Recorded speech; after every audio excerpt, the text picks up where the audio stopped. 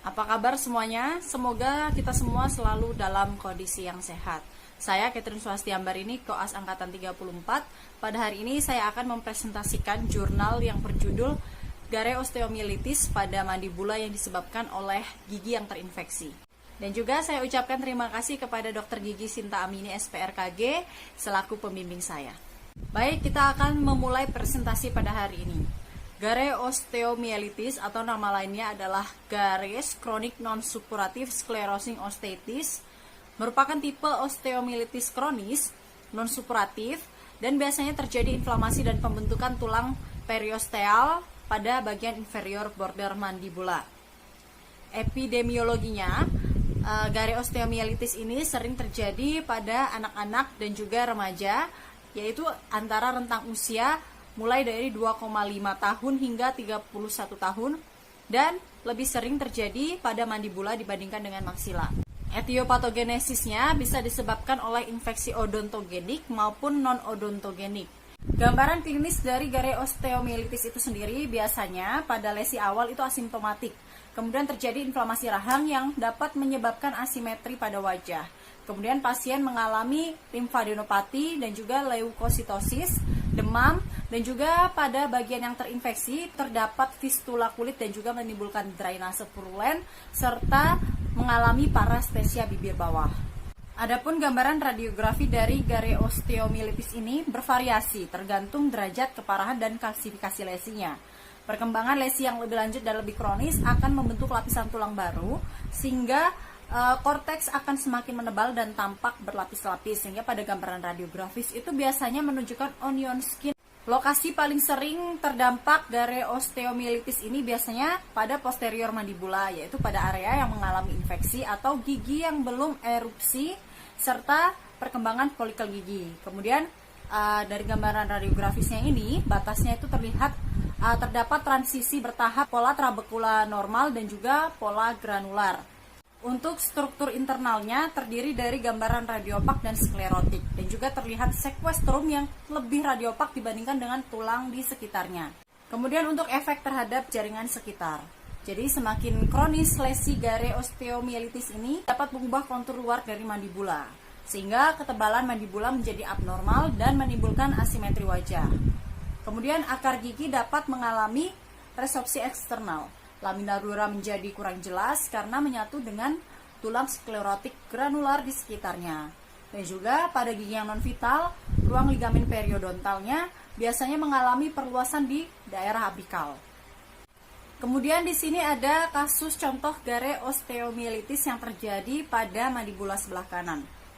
Terlihat pada gambar yaitu pada inferior border mandibula kanan terlihat gambaran radiopak yang menandakan terbentuknya tulang periosteal baru. Kemudian dipisahkan oleh gambaran radiolusen yang berlapis-lapis sehingga tampak seperti onion skin. Adapun beberapa diferensial diagnosis dari Gare osteomyelitis meliputi yang pertama ada cavidisis. Persamaannya dengan Gare osteomyelitis, pada cavidisis dan Gare itu terdapat gambaran onion skin pada tulang. Namun perbedaannya, pada cavidisis biasanya terjadi pada usia sebelum 2 tahun. Terjadi secara bilateral dan juga keterlibatan tulangnya itu lebih luas. Kalau Gare osteomyelitis itu hanya terjadi pada satu sisi mandibula. Kemudian yang kedua, Ewing sarcoma, persamaannya dengan Gare yaitu terjadi pembentukan tulang superiosteal, terjadi pada usia muda antara 5-30 tahun. Ewing sarcoma juga sering terjadi pada mandibula seperti Gare osteomyelitis. Gambaran klinisnya bengkak, nyeri, limfadenopati, dan juga parestesia bibir bawah. Namun perbedaannya, pada Ewing sarcoma terjadi pembentukan osteofit dan juga gambaran radiografinya menunjukkan sunray appearance. Ewing sarcoma menyebabkan osteolitik yang lebih banyak pada tulang. Ketiga ada osteosarkoma. Pada osteosarkoma, persamaannya dengan Gare osteomyelitis, itu terdapat massa keras pada permukaan tulang dan juga sering terjadi pada mandibula. Namun perbedaannya, gambaran radiografis dari osteosarkoma ini yaitu adalah sunray appearance atau hair on end, serta pembentukan Codman triangle. Dan juga pada osteosarkoma itu terjadi destruksi tulang dan juga terdapat penonjolan tumor ganas. Keempat ada fibrosdysplasia. persamaannya dengan Gare, terjadi pembentukan tulang periosteal dan juga pembengkakan mandibula dan yang menyebabkan asimetri wajah. Namun perbedaannya dengan Gare, tulang periosteal yang baru yang terbentuk pada fibrodysplasia ini berada pada bagian dalam mandibula dan juga korteks luarnya tampak menipis, dan sedangkan pada Gare osteomyelitis korteks luarnya tampak menebal dan juga semakin membentuk suatu lapisan. Berikut ini merupakan gambaran radiografis dari diferensial diagnosis Gare osteomyelitis. Untuk perawatan Gare osteomyelitis sendiri itu dapat ditentukan berdasarkan etiologinya. Beberapa perawatan yang dapat dilakukan yaitu meliputi terapi oksigen hiperbarik, perawatan endodontik, terapi bifosfonat, kemudian antibiotik jangka panjang, dan juga intervensi bedah seperti sequestrectomy, dekortisasi, ataupun reseksi mandibula.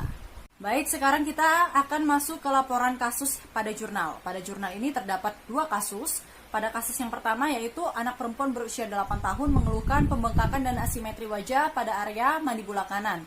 Kemudian pembengkakan diakibatkan oleh infeksi yang terjadi 3 bulan yang lalu. 3 bulan yang lalu itu diberikan antibiotik namun tidak kunjung sembuh. Dan riwayat medis pada pasien tidak ada kelainan. Pada pemeriksaan klinis terjadi pembengkakan parah tanpa fluktuasi dan juga limfadenopati submandibula sebelah kanan. Pada pemeriksaan intraoral gigi 46 mengalami karies yang dalam dan juga tidak mengalami mobile. Untuk kasus yang kedua yaitu terjadi pada remaja perempuan berusia 16 tahun. Pembengkakan dan asimetri wajah terjadi pada area premolar sebelah kiri mandibula. Kemudian riwayat medisnya juga tidak ada kelainan. Pada pemeriksaan klinis ditemukan pembengkakan yang parah tanpa fluktuasi serta limfadenopati submandibula. Pada pemeriksaan intraoral terdapat karies yang dalam pada gigi 35. Berikut merupakan gambaran radiografis pada jurnal pada kasus 1 dan juga kasus 2. Pada kasus yang pertama, yaitu pada gigi 46, pada bagian oklusal terdapat gambaran radiolusen mencapai kamar pulpa, serta terdapat gambaran radiolusen pada apikal akar mesial, single, berbatas jelas, berbentuk oval, berukuran 1 x 2 mm, menyebabkan hilangnya lamina dura dan ruang ligamen periodontal, serta terdapat selapis tipis gambaran radiopak, berbatas tidak jelas, 2 lapis, yang dipisahkan oleh selapis gambaran radiolusen pada inferior border mandibula kanan yang mengindikasikan pembentukan tulang subperiosteal baru dan menunjukkan onion skin appearance. Kemudian pada kasus yang kedua, yaitu ada gambaran ortopantomografi yang menunjukkan terdapat lesi karies dengan kavitas yang dalam mencapai pulpa pada bagian distal gigi 35 dan terdapat gambaran radiolusen berbatas jelas, berbentuk oval berukuran kurang lebih 2 x 3 mm pada bagian apikal gigi 35. Kemudian pada bagian inferior border mandibula kiri tidak menunjukkan adanya kelainan yang signifikan.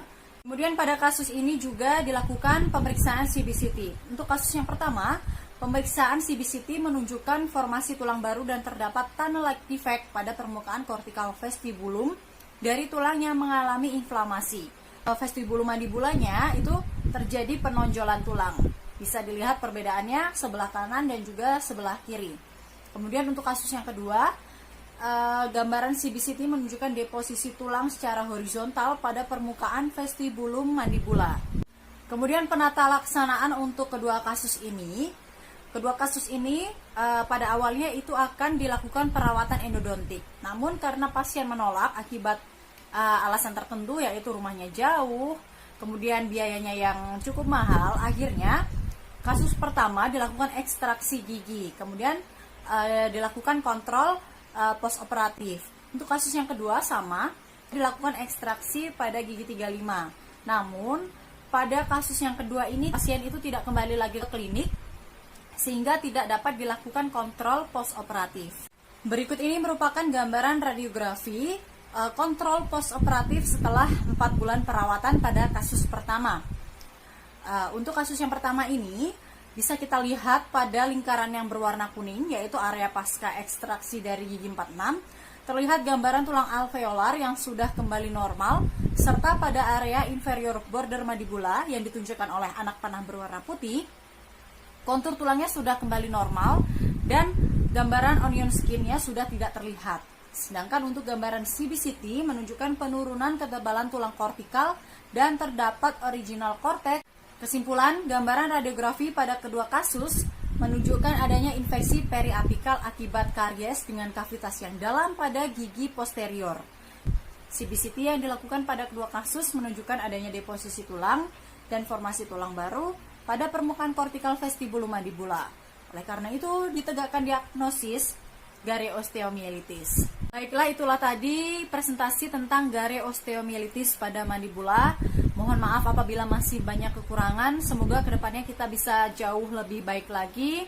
Terima kasih atas waktu dan kesempatan yang telah diberikan.